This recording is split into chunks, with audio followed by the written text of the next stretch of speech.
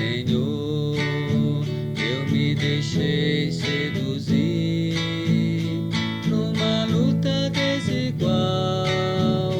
Dominaste-me, Senhor, e foi tua vitória.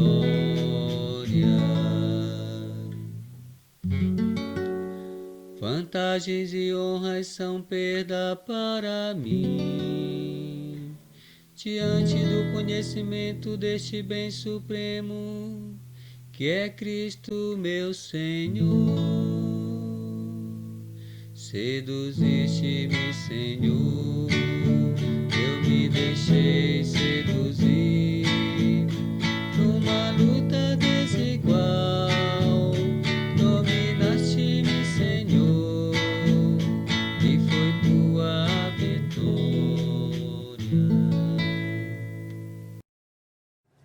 Então, queridos catequistas, me pediram para falar um pouco sobre a mistagogia, a espiritualidade, dentro do novo diretório para a catequese.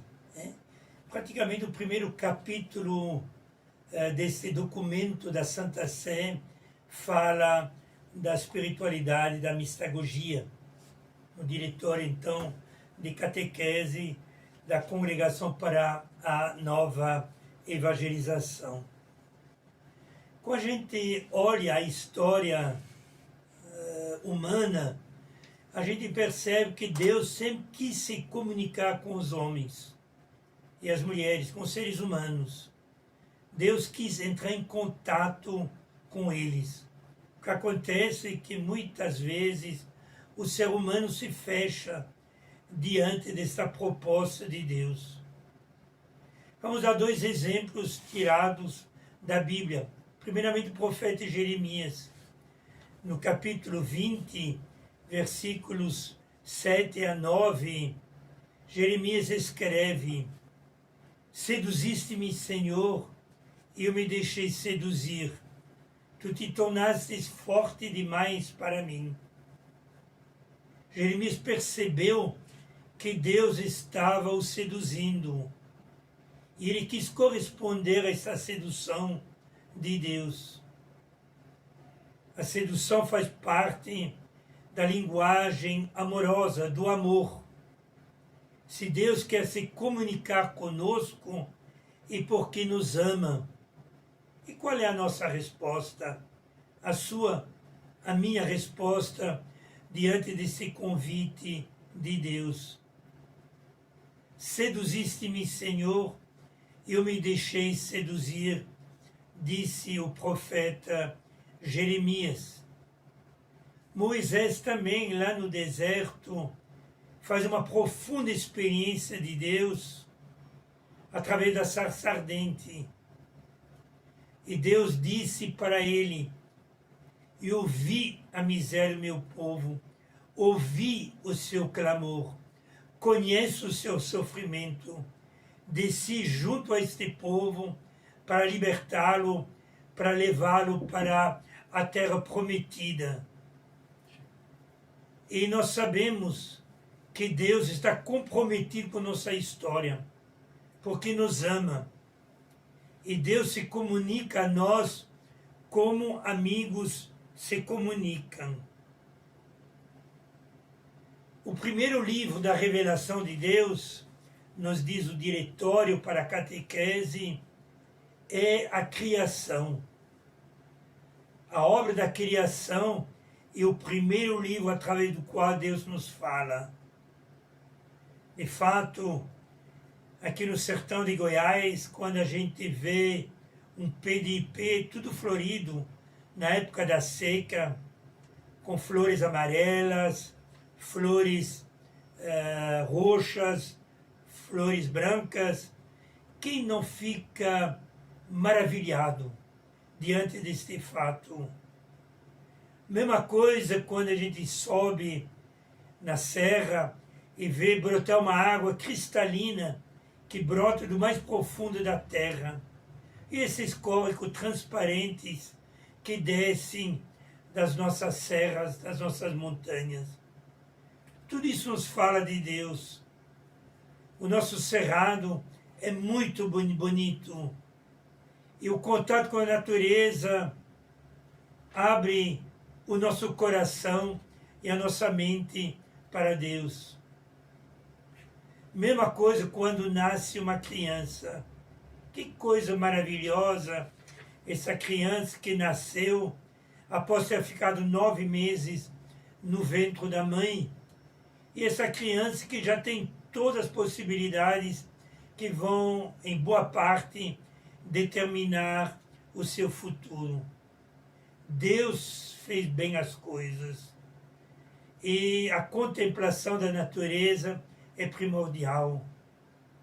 Olha a lua à noite, a lua cheia, aqui no centro do Brasil. Que coisa mais linda. Eu digo mesmo o seguinte, quem perde a capacidade de maravilhar-se diante das coisas bonitas, também perde a capacidade de se encontrar com Deus, perde a capacidade de ter espiritualidade, de ter mistagogia. O que finalmente é a mistagogia? A mistagogia é a capacidade de entrar no mistério de Deus.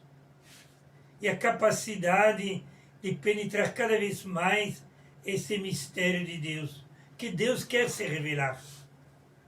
A nós precisamos nos abrir a esta mensagem de Deus, esse desejo de Deus de entrar em contato conosco.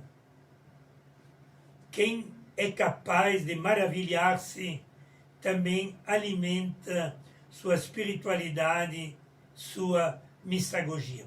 Então, o primeiro livro para conhecer a Deus é a contemplação da natureza.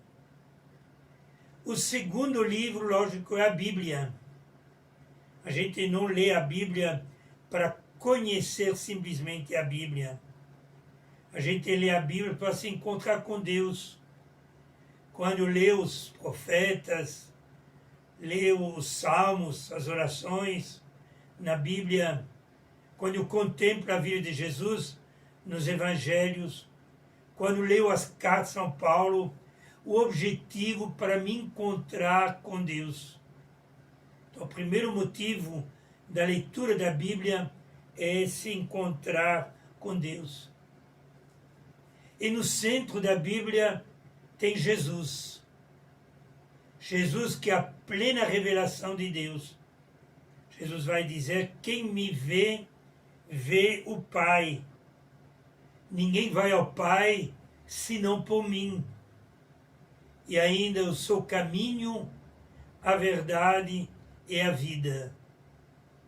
Então, para nós, o caminho para conhecer Deus, nosso Pai, é Jesus.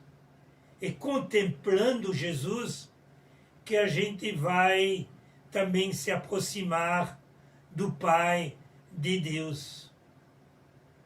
Mais do que nunca, precisamos ler os Evangelhos para se encontrar com Jesus. Você diz que ama Jesus, mas se você não o conhece, é sinal que você não o ama. Porque quem ama, procura conhecer. Quem ama, procura imitar Jesus. E como você vai imitar sem conhecê-lo? Então é muito importante ter uma fé que procura cada vez mais conhecer Jesus. Outra coisa muito importante, e o objetivo da catequese, da iniciação à vida cristã, é propiciar esse encontro com Jesus. O cristianismo não é, em primeiro lugar, aprender um monte de doutrinas, nem uma moral, mesmo se isso é importante. O mais importante é propiciar o encontro com Jesus Cristo vivo. Isso só é possível através da leitura e da meditação da palavra de Deus. Lógico, a consequência deste encontro é a conversão, é uma mudança de vida. Eu não posso ser discípulo de Jesus sem imitar Jesus. Então, depois de ter encontrado Jesus, preciso também me tornar discípulo dele, seguir a sua palavra. No centro dos evangelhos tem o mistério pascal, como nós lembramos na liturgia. Anunciamos, Senhor, a sua morte, proclamamos a sua ressurreição, vinde, Senhor Jesus. De fato, toda a vida de Jesus foi uma entrega, até entrega total na sua paixão, na sua morte e na sua ressurreição. Jesus venceu a morte. Ele está vivo no meio de nós. E cada vez que nós lemos a vida de Jesus, que celebramos esta vida na Eucaristia e nos demais sacramentos, mas principalmente na Eucaristia, então nós relembramos a morte e a ressurreição de Jesus. Nós acreditamos que a vida de Jesus nasceu da sua doação total ao Pai. Jesus vai dizer: eu sou a ressurreição e a vida. Quem crê em mim, mesmo morto, viverá. Eu sou o pão da vida. Quem come deste pão, viverá para sempre. Na iniciação à vida cristã, na catequese, hoje nós falamos muito de um itinerário de fé. Esse itinerário de fé começa com o primeiro anúncio, que é o querigma. E o querigma o que é? O querigma é justamente dizer que Jesus passou sua vida fazendo bem em palavras e ações, que os homens o rejeitaram, o crucificaram, e Jesus não fugiu da sua missão, foi fiel até o fim, mas a morte não teve a última palavra na vida dele. Ele ressuscitou, ele está vivo. Isso está no centro do primeiro anúncio. Então, quando a gente começa um trabalho catequético daqueles que procuram a Deus e querem se tornar seus discípulos, a primeira coisa é esse primeiro anúncio do querigma. Você é amado por Deus, Jesus te quer bem, Jesus quer te encontrar, Ele te aceita, Ele tem um carinho todo especial para você. Jesus te ama. E a partir daí, mostrar que Jesus deu sua vida para te salvar, para divinizar sua humanidade, que ele morreu na cruz e ressuscitou. Depois começa a segunda parte dessa iniciação à vida cristã, que nós chamamos de catecumenato, que é uma grande catequese. Como eu já disse, ninguém pode amar o que não conhece. Você ama Jesus? Procura conhecê-lo cada vez mais. Como conhecê-lo? Conhecer melhor a sua vida, as atitudes, as palavras dele, os sentimentos dele. E quais são essas palavras e esses sentimentos? São sentimentos de compaixão, são sentimentos de misericórdia, são sentimentos de partilha, são sentimentos de humildade. Lógico, a vida de Jesus foi marcado por tudo que é humano. E essas atitudes de Jesus, nós somos chamados a revivê-las também dentro da nossa própria vida. Mais a gente contempla Jesus nos evangelhos, e mais a gente se identifica com Jesus nas suas atitudes e nos seus sentimentos, mais a gente é capaz de amar Jesus. Então, isso que nós chamamos de catequese, nos aproximar de Jesus, conhecê-lo e amá-lo melhor. Depois, a terceira etapa, que normalmente acontece na quaresma, e que é muito celebrativo, é a purificação e iluminação. A gente vai se purificar do pecado, do mal que está dentro de nós.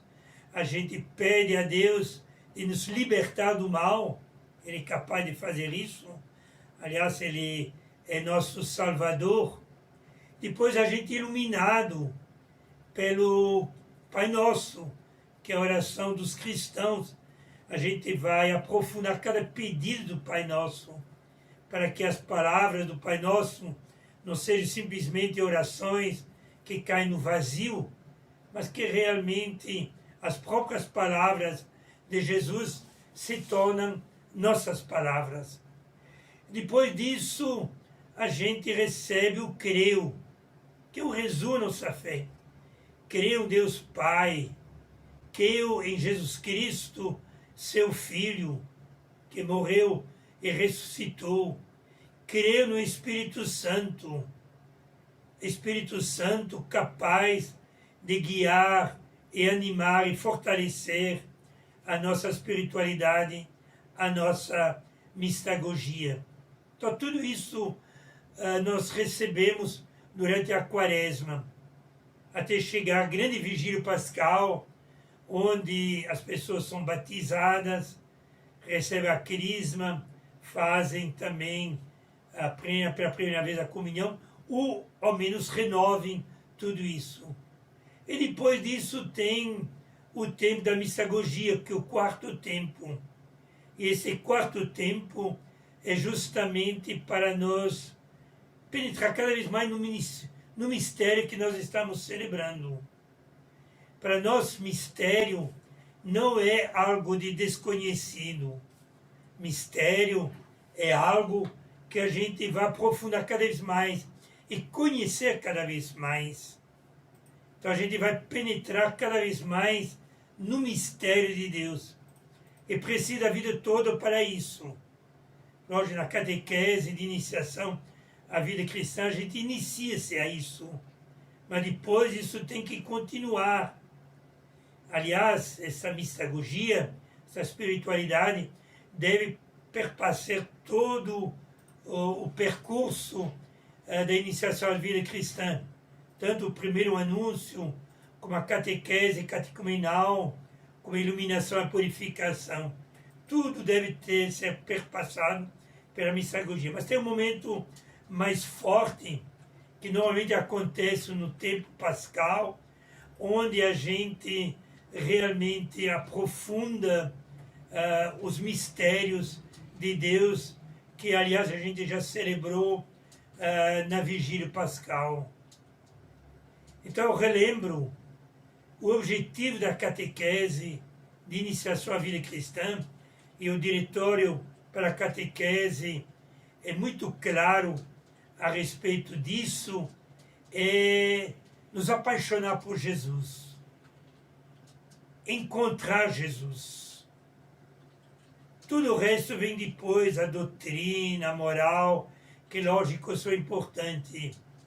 Mas quem vai imitar Jesus vai conhecê-lo cada vez mais, vai conhecer cada vez mais seus mistérios e vai ter cada vez mais os mesmos sentimentos e as mesmas atitudes de Jesus.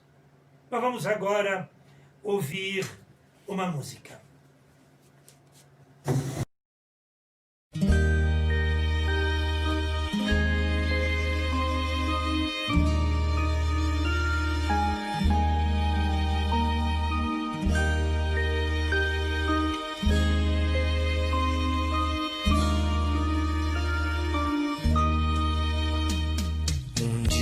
Uma criança me parou,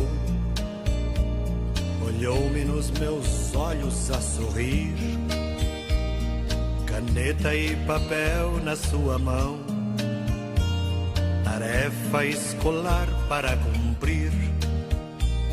E perguntou no meio de um sorriso o que é preciso para ser feliz. Amar como Jesus amou, sonhar como Jesus sonhou, pensar como Jesus pensou, viver como Jesus viveu, sentir o que Jesus sentia, sorrir como Jesus sorria.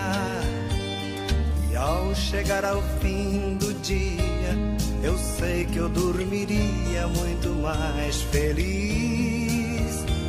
Sentir o que Jesus sentia, sorrir como Jesus sorria. E ao chegar ao fim do dia, eu sei que eu dormiria muito mais feliz. Ouvindo o que eu falei, ela me olhou e disse que era lindo o que eu falei. Pediu que eu repetisse, por favor, mas não dissesse tudo de uma vez. E perguntou de novo num sorriso o que é preciso para ser feliz. Amar como Jesus amou, sonhar como Jesus sonhou, pensar como Jesus pensou, viver como Jesus viveu, sentir o que Jesus sentia, sorrir como Jesus sorria. E ao chegar ao fim do dia, eu sei que eu dormiria muito mais feliz. Sentir o que Jesus sentia, sorrir como Jesus sorria. E ao chegar ao fim do dia, eu sei que eu dormiria muito mais feliz. Depois que eu terminei de repetir, seus olhos não saíam do papel. Toquei no seu rostinho e a sorrir, pedi que ao transmitir fosse fiel. E ela deu-me um beijo demorado e ao meu lado foi dizendo assim: amar como Jesus amou, sonhar como Jesus sonhou, pensar como Jesus pensou, viver como Jesus viveu, sentir o que Jesus sentia, sorrir como Jesus sorria.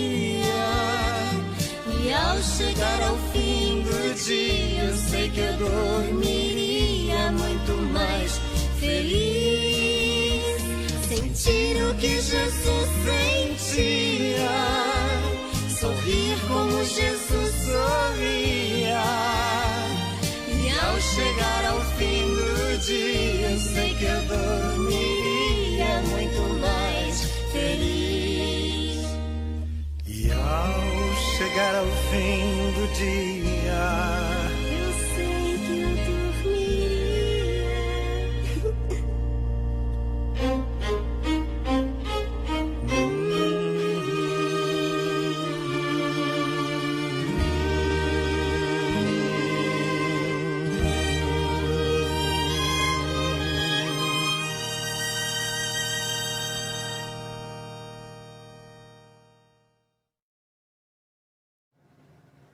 Então, estou falando deste novo diretório da catequese, para a catequese, do Pontifício Conselho para a Promoção da Nova Evangelização. É um documento novo que deve orientar toda a nossa catequese, toda a nossa iniciação à vida cristã. e me pediram para falar do primeiro capítulo que trata da revelação. Como já disse, Deus quer se comunicar com os seres humanos, com as mulheres, os homens do nosso tempo. E Deus quer se comunicar através da nossa linguagem, para que a gente pudesse compreender a sua mensagem. Deus está apaixonado por nós. E será que nós, você e eu, nós nos deixamos apaixonar por Ele? Já falei também que o primeiro livro da revelação de Deus é a criação. Deus se comunica através da criação, da natureza. É o primeiro livro pelo qual Deus quer entrar em contato conosco. Depois eu falava da Bíblia também, da importância da palavra de Deus, né? Essa palavra de Deus que deve fecundar, orientar a nossa vida. O profeta Isaías disse: com a chuva cai e vai fecundando a terra e depois volta de novo para o céu. Assim é a minha palavra. E na Bíblia o profeta também é convidado a comer a palavra de Deus, a se alimentar da palavra de Deus. No Apocalipse também João é convidado a se alimentar da palavra de Deus. Mais do que nunca, a palavra de Deus é fundamental. Lembrava também que o centro da Bíblia é a pessoa de Jesus Cristo. Dizia que ler a Bíblia é se encontrar com uma pessoa.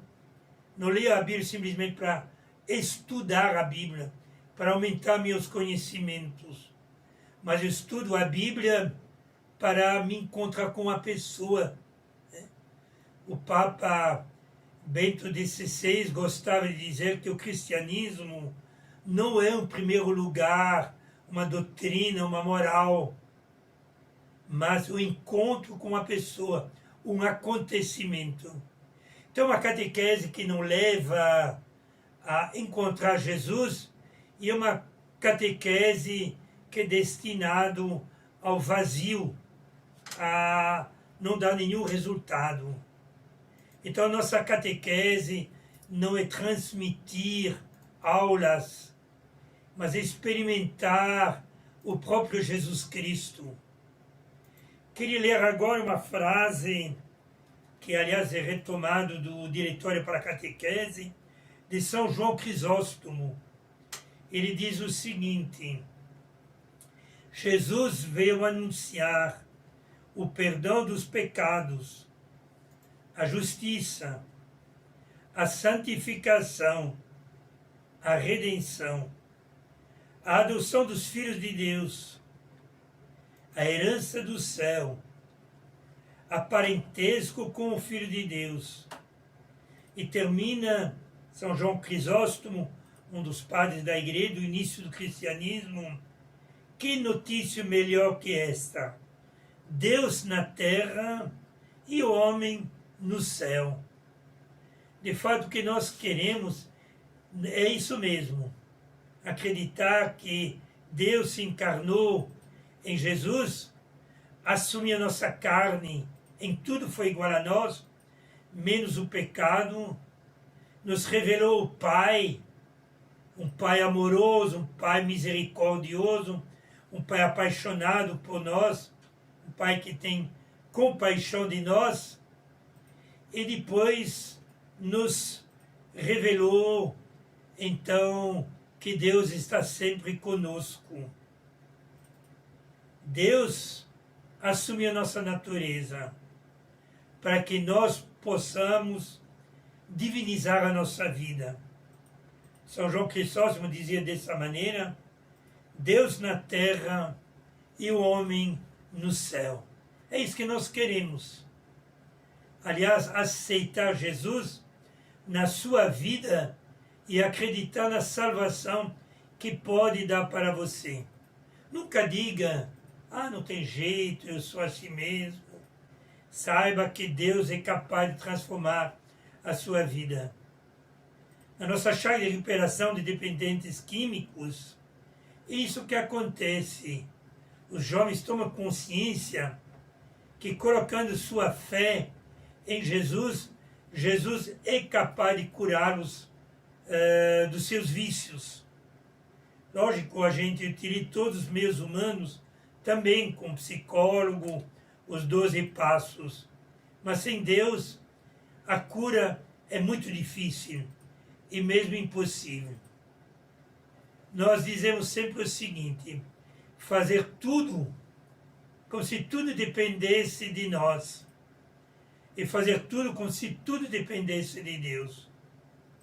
A gente tem que utilizar o que a ciência nos oferece para curar as pessoas, mas depois colocar sua fé, sua confiança em Deus, que vai completar esta cura para nós. Jesus se tornou humano para nos salvar. E ainda as igrejas orientais gostam de dizer que Jesus se fez homem para humanizar a nossa vida. Para humanizar a nossa vida. Para que a gente se torne cada vez mais humano. Seguir Jesus não é assim simplesmente viver nas nuvens. Não, é para se tornar cada vez mais humanos que Jesus nasceu no meio de nós. Mais a gente se torna humano, mais a gente é capaz também de divinizar a sua vida. São João Crisóstomo nos lembrava que Jesus veio para perdoar os nossos pecados.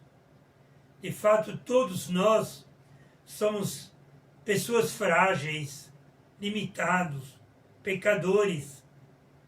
E aliás, Santa Teresa de Ávila vai dizer: mais a gente se aproxima de Deus, mais a gente tem consciência que a gente é pecador. Que mais a gente se aproxima daquele que é o grande amor, mais a gente percebe como nós somos fracos e que nós amamos tão pouco a Deus e que não amamos tão pouco aos outros. Então Jesus veio para nos libertar dos nossos pecados. Ele veio pregar a justiça. De fato, seguir Jesus é praticar a justiça. Na parábola do juízo final, Jesus vai dizer que ele vai avaliar nossa vida em cima da prática da justiça. Eu tive fome e vocês me deram de comer. Estava com sede, vocês me deram de beber. Estava nu, vocês me vestiram. Preso, vocês me visitaram. Doente, vocês vieram até mim. Estrangeiros, e me acolheram. E Jesus de dizer: tudo o que vocês fazem ao menor dos meus irmãos, e a mim que vocês fazem isso. A gente salva a sua vida, humaniza a sua vida, na medida que a gente vai fazendo o bem. Jesus veio para santificar a nossa vida. Ele vai dizer: sejam santos como vosso Pai é santo. Sejam perfeitos como vosso Pai Celeste é perfeito. A graça de Deus é capaz de nos transformar, de nos modificar.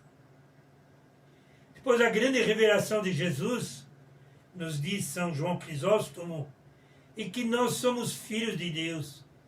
Não somos escravos, mas somos filhos amados do Pai. Quando Jesus foi batizado, uma voz do céu se fez ouvir que disse: esse é meu filho muito amado. Nele coloquei toda a minha alegria. Esse é meu filho muito amado.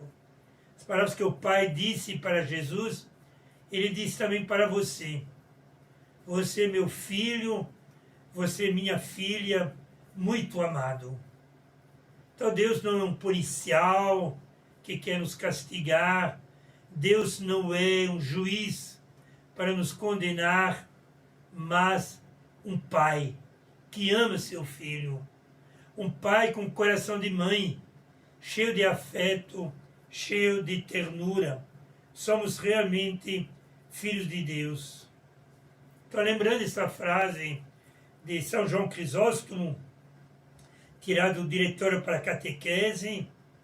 Jesus veio anunciar o perdão dos pecados, a justiça e a santificação, a redenção, a adoção de filhos de Deus, a herança do céu, a parentesco como filho de Deus. Que notícia maravilhosa de São João Crisóstomo. Deus na terra se humanizando e nós no céu para nós divinizar a sua vida. Jesus nos prometeu o Espírito Santo. Quando ele ressuscitou, disse aos discípulos: recebem o Espírito Santo. Os pecados serão perdoados a quem vocês perdoam e serão mantidos a quem vocês mantêm. E antes de subir aos céus, Jesus disse: ide pelo mundo inteiro, de todos os povos façam meus discípulos, batizando-os em nome do Pai, do Filho, do Espírito Santo. Não sei se você reparou, a primeira coisa que Jesus disse, fazer discípulos. A catequese, a iniciação à vida cristã é para isso, formar verdadeiros discípulos de Jesus Cristo. O objetivo da catequese não é o sacramento. O objetivo da catequese é formar discípulos e discípulas de Jesus Cristo. Lógico que depois o sacramento vem para confirmar, concluir, dar força para o discípulo que já aceitou Jesus Cristo no seu coração. Mais do que nunca precisamos de cristãos e católicos de verdade. Tem muita gente aí, infelizmente, que se diz cristão, católicos, mas que ainda não fizeram uma profunda experiência de Jesus Cristo, que não conhecem Jesus, que não se tornaram verdadeiros discípulos de Jesus Cristo.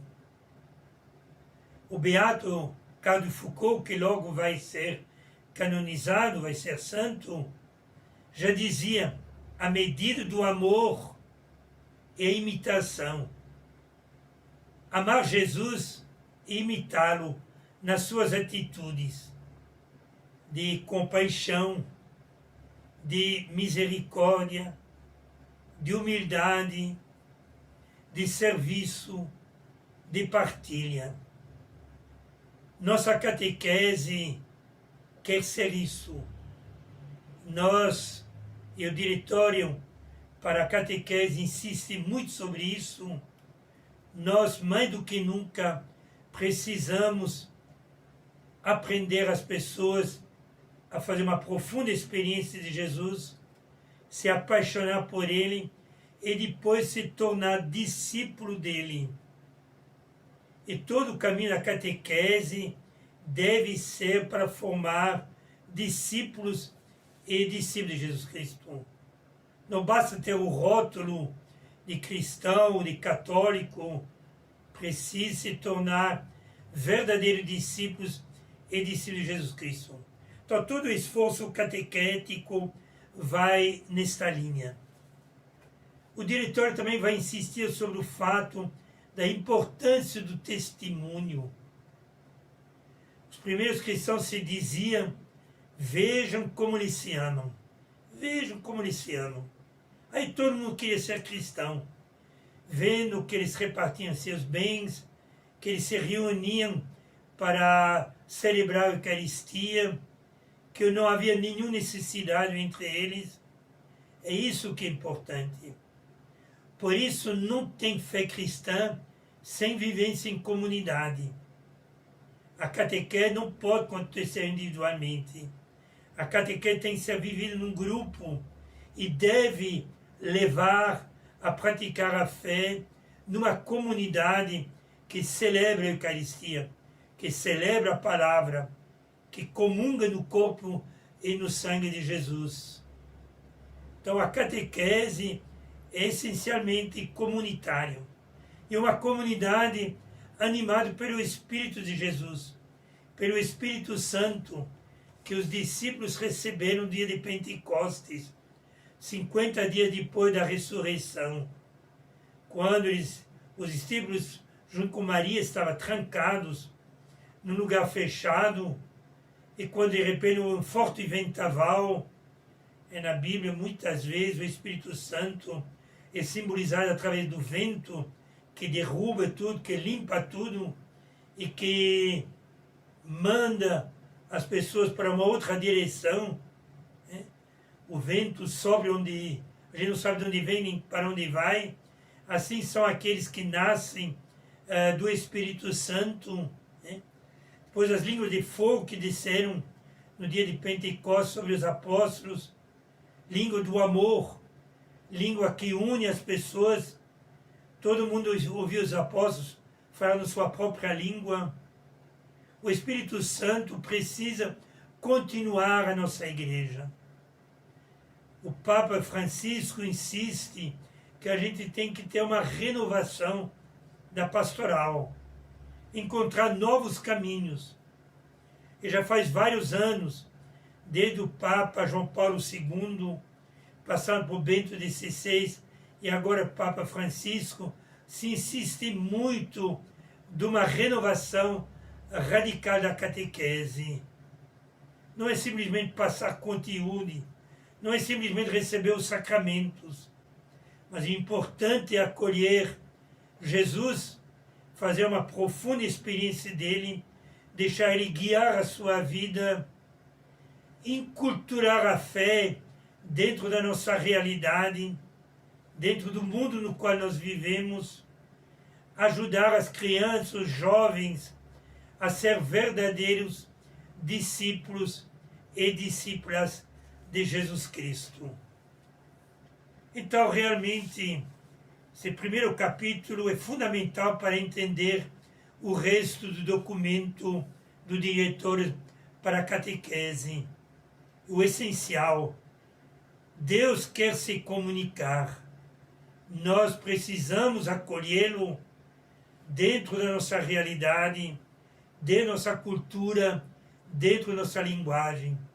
Porque Deus continua falando na linguagem de hoje.